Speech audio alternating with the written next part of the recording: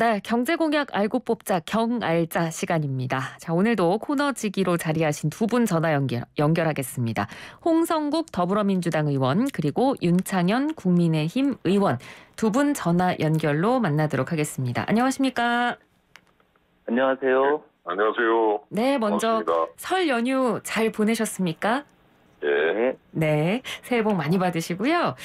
자, 저희가 이제 설 연휴가 끝난 직후에 이렇게 방송을 하게 돼서 먼저 설 연휴 민심부터 좀 살펴보도록 하겠습니다.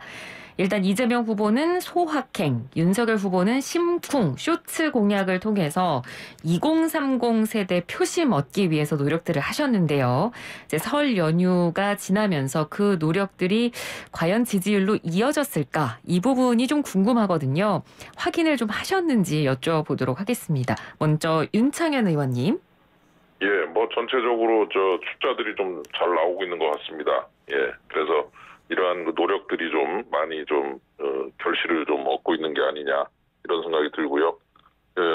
1월 초에 이제 그 선대위 전면 슬림화를 하면서 우리 2030 쪽에 청년 보좌역들이 많이 참여를 했습니다. 네. 물론 뭐 그분들이 참여를 해서 만들었다고 해서 그분들만을 위한 공약은 아니고요.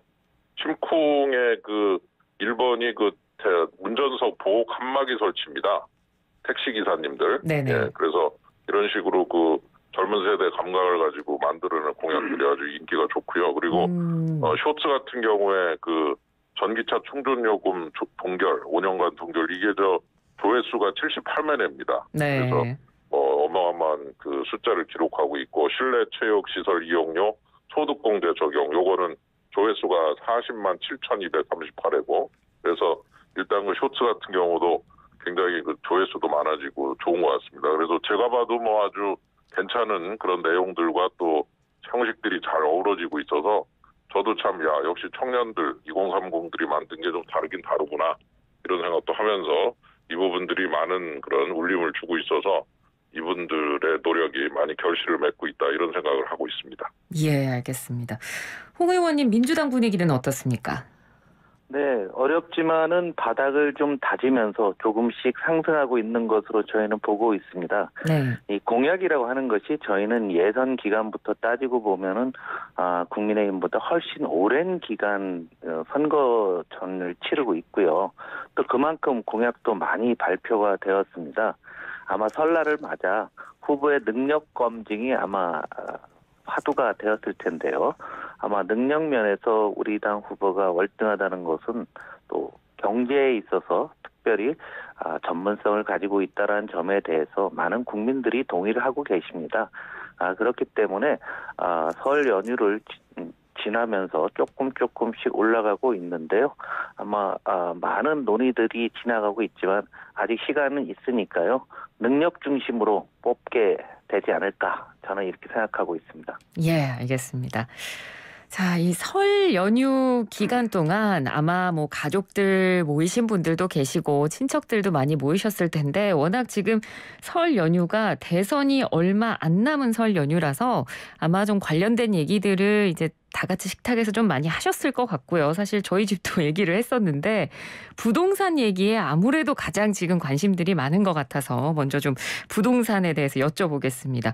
홍 의원님은 설날 부동산 민심 좀 어떻게 들으셨나요? 공교롭게도 제 지역구가 세종시입니다. 예. 예, 가장 많이 올랐고 또 최근에는 또 하락하면서 상당히 민심이 사실 어려운 게 사실인데요. 의외로 부동산 관련해서는 수면 하에 좀 들어갔던 것 같습니다. 일단은 오미크론 코로나가 이번에 굉장히 심각한 상태로 설날을 경과했고요. 역시 가장 중요한 것은 지난해 4분기를 고비로 해서 부동산이 이제 어느 정도 고점이 아니겠느냐. 그리고 조정 분위기가 역력하기 때문에 최소한 오르지는 않을 것이라는 공감대는 형성하고 있는 것 같습니다. 그래서 네. 우려와는 달리 이제 부동산과 관련된 관심들은 예상보다는 그렇게 크지 않았다라고 말씀드리겠습니다. 알겠습니다. 윤 의원님께서는 혹시 뭐 부동산 관련 민심 좀 들으신 거 있으실까요?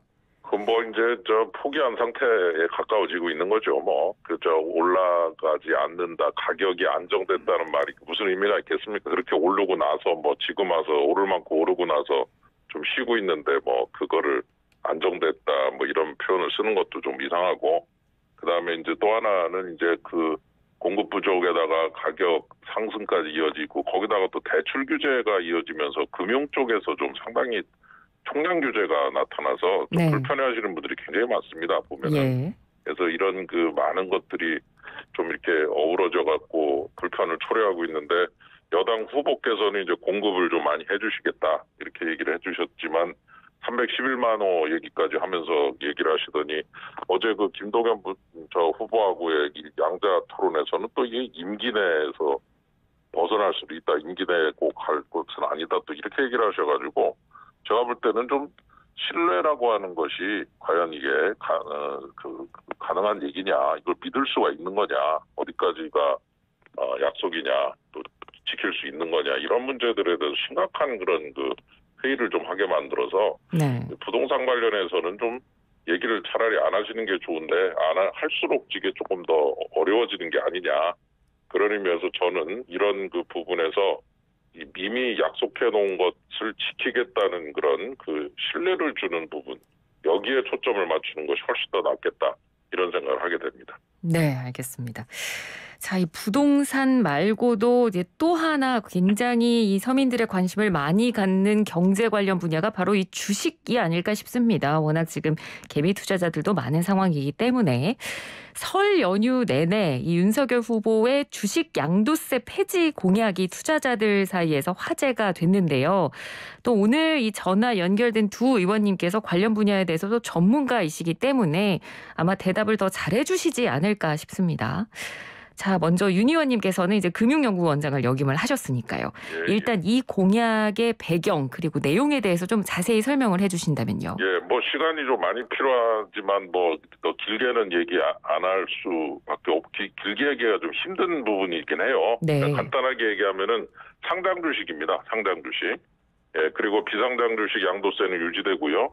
그다음에 상속세, 증여세도 유지가 돼서 뭐 이상한 그런 흐름 이런 거를 팔아서 뭐 다른 어떤 목적에 이렇게 한다고 할 때 다 그것이 걸러지게 돼 있고, 그다음에 작전행위 이런 부분에 대해서는 확실하게 그 불공정 행위를 억제할 수 있는 다양한 방안을 마련할 것이다, 이런 거를 말씀드리고 싶고요. 네. 그 큰 그림은 이렇습니다. 그 우리 경제에 있어서 그 상장 주식의 양도세를 없앤다. 그러면 우리 주식시장이 양도세 없는 상장 시장을 당분간 유지하고요.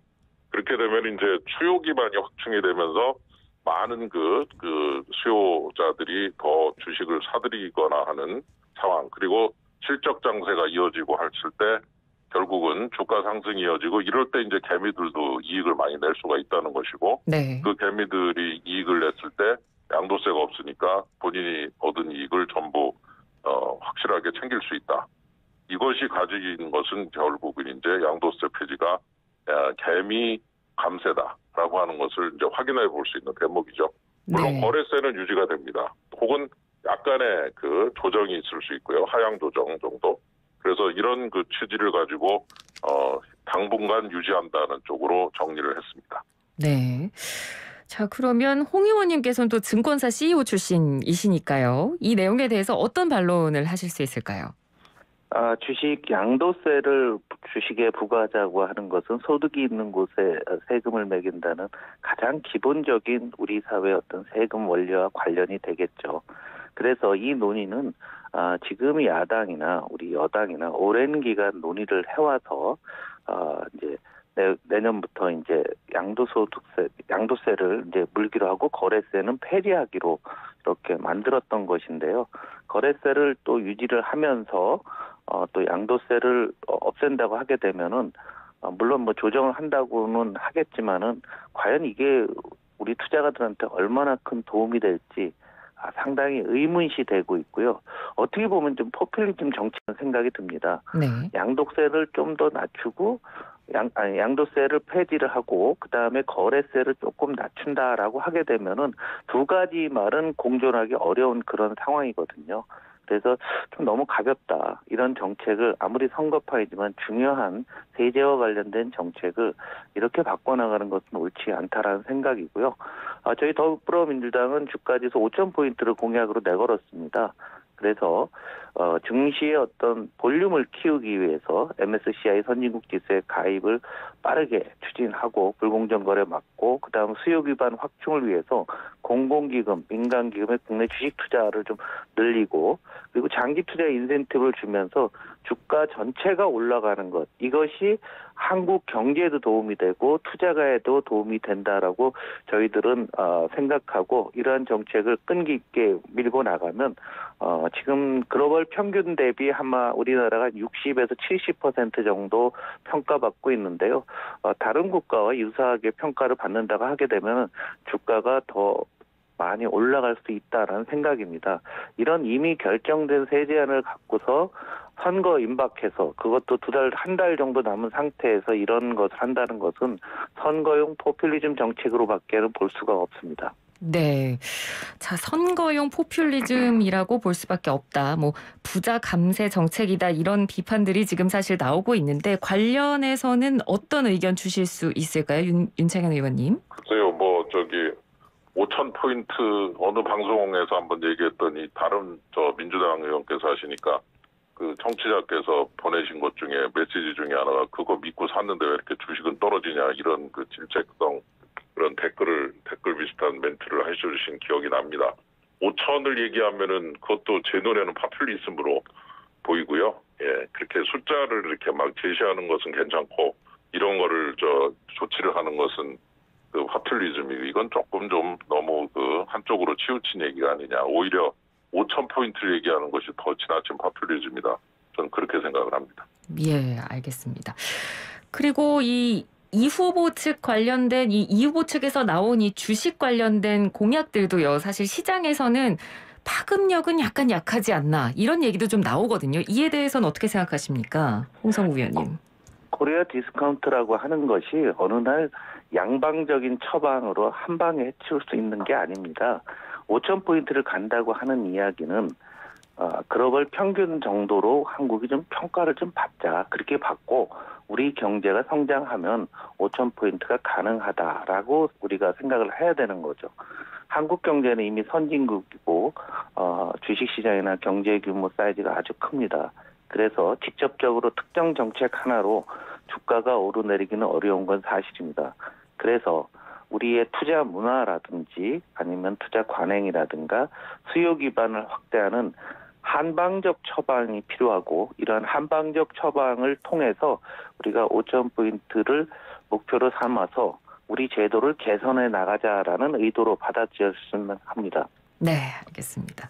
자, 저희가 먼저 저희 일상생활에 가장 가까운 이제 부동산, 주식 이 부분에 대해서 좀 여쭤봤고 이제는 나라 살림에 대해서도 좀 질문을 드려보겠습니다. 이제 설 연휴가 끝나면서 국회가 본격적으로 추경 예산 심사 일정에 돌입을 하게 될 텐데 자, 양당 후보의 추경안에 대한 입장 그리고 수정 방향은 어느 쪽으로 잡고 계시는지 이걸 좀 여쭤보도록 하죠. 먼저 홍성국 의원님이 이번엔 좀 먼저 대답을 좀 해주실까요? 이번 추경은 저희 민주당이 먼저 주장을 했고요. 그 이후에 이제 야당에서도 더 큰 금액을 별 계산 없이 불러서 하자고 하는 것 같은데요. 합의점에 아직 도달을 못하고 있습니다. 어찌됐건 이번 추경은 삶의 한계에 방치된 영세 자영업자들을 구제하기 위한 조치입니다. 그동안 코로나 이후에 여러 번 이러한 것들을 했는데 어찌됐건 이분들이 희생으로 우리가 생활하고 있기 때문에 35조 원으로 정부안보다 20조 원 이상을 늘리려고 추진 중에 있습니다. 그리고 초선 의원들을 중심으로 이것을 좀 제대로 처리하자 생각해서 국회 본관에서 농성 중이고 또 일부는 청와대에서 앞에서도 농성 중입니다. 그런데 이게 문제가 시간이 없습니다. 2월 중반부터 본격적인 대선이 시작되기 때문에 국회가 열릴 가능성이 상당히 적거든요. 예. 그렇다고 하게 되면은 당장 내일이라도 여야가 만나서 우리가 함께 영세 자영업자를 위해서 더 많은 추경을 늘려야 되지 않겠는가 다시 한번 제안을 해보고 이걸 선거 전략으로 쓰지 말고 우리 국민들 삶의 한계에 있는 영세 자영업자를 살리겠다고 하는 좀 충정해서 이번 추경만큼은 국힘이 좀 함께 해주실 간곡히 부탁드립니다. 네. 영세 자영업자에게 초점을 맞춘 추경이니만큼 하루빨리 좀 여야가 만나서 합의를 이뤄냈으면 좋겠다라는 의견을 주셨는데요. 이에 대한 윤 의원님의 의견 어떠십니까? 예, 우선 국회 앞에 계신 분들 저도 뵙고 있는데요. 예, 여야가 합의를 해도 이 정부가 동의하지 않으면 추경의 경우는 이제 통과될 수가 없는 상황이고요. 또 하나는 공약에서 긴급구조 100일 플랜이라는 공약을 일찍이 내놓은 바가 있습니다. 네. 그래서 그게 50조 원을 재정에서 투입을 하고 그리고 또 보증자원 5조를 가지고 50조의 금융 지원을 하는 50+50을 내놓은 바가 있는데 이번이야말로 이제 한 50조 정도를 해야 될 때가 아니냐. 그런 차원에서 정부가 한 14조 냈으니까 거기 한 35조 정도 더하면 50조쯤 되니까 50조 가지고서 한번 충분한 지원을 아예 했으면 좋겠다. 이것이 저희들의 입장이고 예를 들어 이제 300만 원 정도로 지금 정부안에 나와 있는데 저희 기존 100만 원에서 300만 원 플러스 400만 원 정도. 근데 저희들은 한 600만 원도 해서 1000만 원까지 극복 지원금을 하자. 이런 식으로 지금 요거 하나인데요. 한 7, 8가지가 있습니다. 요구사항이. 그래서 이 자영업에 대한 충분한 지원을 통해서 이제 코로나 극복과 함께 이제 보복 소비에 가까운 내수 확장이 일어날 때 그때까지만 자영업자들께서 버티시면 이제 문 안 닫고 버티시면 이제 그때부터는 소비가 확 그냥 증대되면서 여러 가지 이제 매출도 늘어나고 빚도 갚고 세금도 내실 수 있는 상황이 올 수도 있으니 그때까지만 문을 열도록 하는 데 있어서 확실한 지원을 해드리는 것이 오히려 장기적으로는 좋겠다. 이런 생각을 가지고 저희들이 아주 이 기회에 확실한 50조 원 지원 추경으로 가자 이렇게 지금 주장을 하고 있습니다. 네.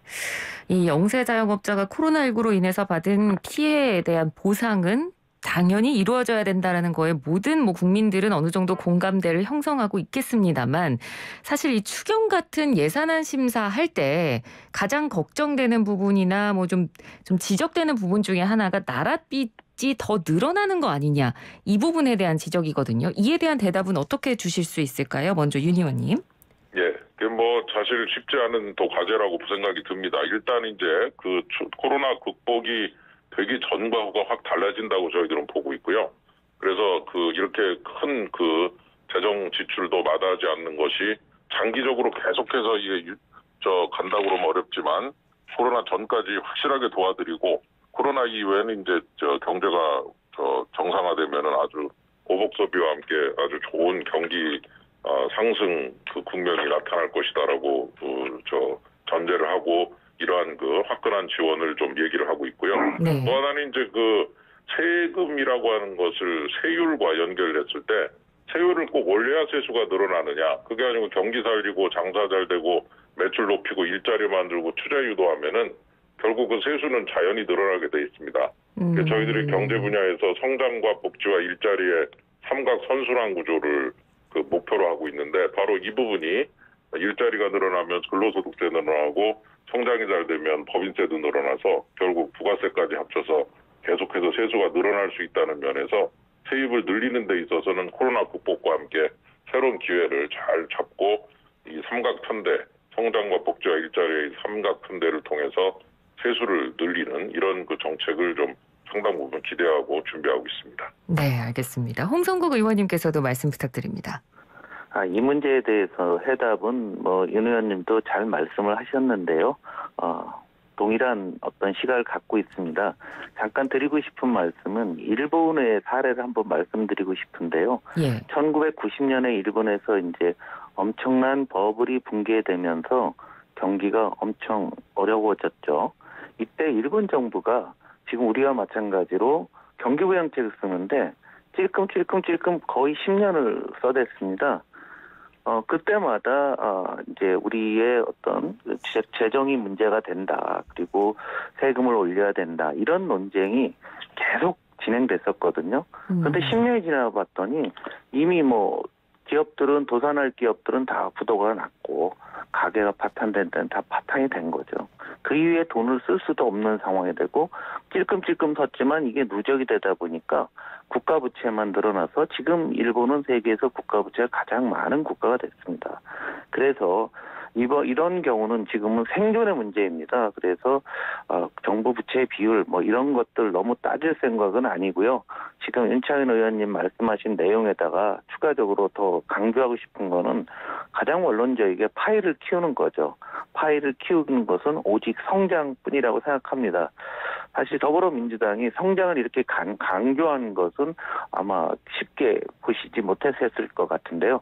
이재명 후보가 성장 앞으로라는 슬로건까지 내걸고 성장 정책을 과감하게 지원하겠습니다. 그렇게 됐을 경우에는 파이가 커졌기 때문에 세율을 조정하지 않아도 국세 수입이 자동으로 늘어나는 것을 기본 전략으로 삼고 있습니다. 예, 알겠습니다. 자, 이제 끝으로 뭐 저희 생생경제에서도 설 연휴 동안 관련해서 특집 방송을 하기도 했습니다만 이 코로나19 시대를 겪으면서 우리가 가장 많이 또 문제로 지적되고 있는 부분 가운데 하나가 바로 이 소득 불평등, 양극화가 심화되었다는 부분이 아닐까 싶습니다. 이런 분들은 사실 명절 온기도 제대로 느낄 수 없는 상황이셨을 테니까요.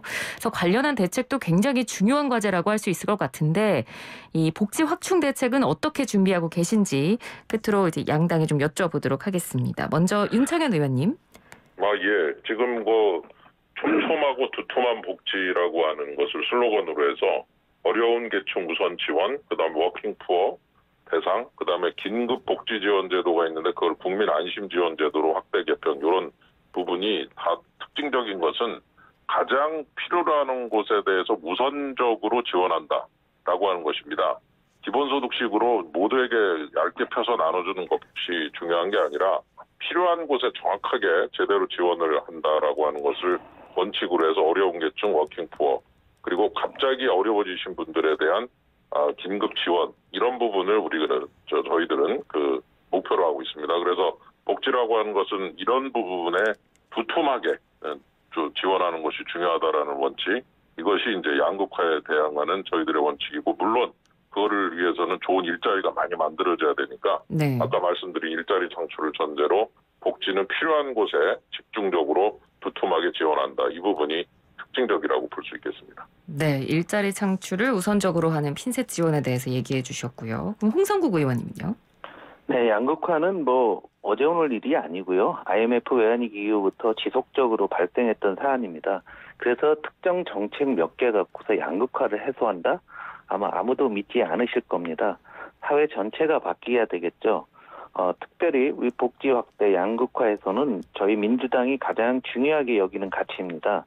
그래서 저희는 오히려 이런 우리 사회를 양극화를 해소하는 공정한 사회를 만드는데 그냥 만드는 게 아니라 공정한 사회를 만드는 과정에서 우리가 성장을 한번 해보자라는 철학을 갖고 있습니다. 그래서 복지를 확대하고 돌봄을 늘린다든가 하게 되면 또 일자리가 늘리겠죠. 또 이분들이 소비 시장에 들어오게 되고 그러면 내수를 늘리면서 우리나라 내수 비중이 경제 사이즈에 비해서 굉장히 작은데 자연스럽게 내수가 확대되는 것까지 생각을 하고 있습니다. 그래서 우리가 우리가 복지 확대, 공정성 증대 이런 게 아니라 우리는 이런 과정 속에서 성장까지 하는 것이 가장 좋은 복지라고 생각합니다. 그래서 공정 성장을 우리 성장의 전환 성장과 공정 성장이 있는데 전환 성장은 대전환을 통해서 우리 경제 구조를 바꾸는 것이고 공정 성장은 양극화를 해소하는 과정 속에서 내수 부양까지 감안한 정교한 정책으로 복지를 늘리고 양극화를 해소하겠다는 철학을 가지고 있습니다. 네, 알겠습니다. 자, 지금까지 홍성국 더불어민주당 의원, 윤창현 국민의힘 의원 두 분과 함께했습니다. 오늘 말씀 잘 들었습니다. 고맙습니다. 예, 네, 고맙습니다. 감사합니다.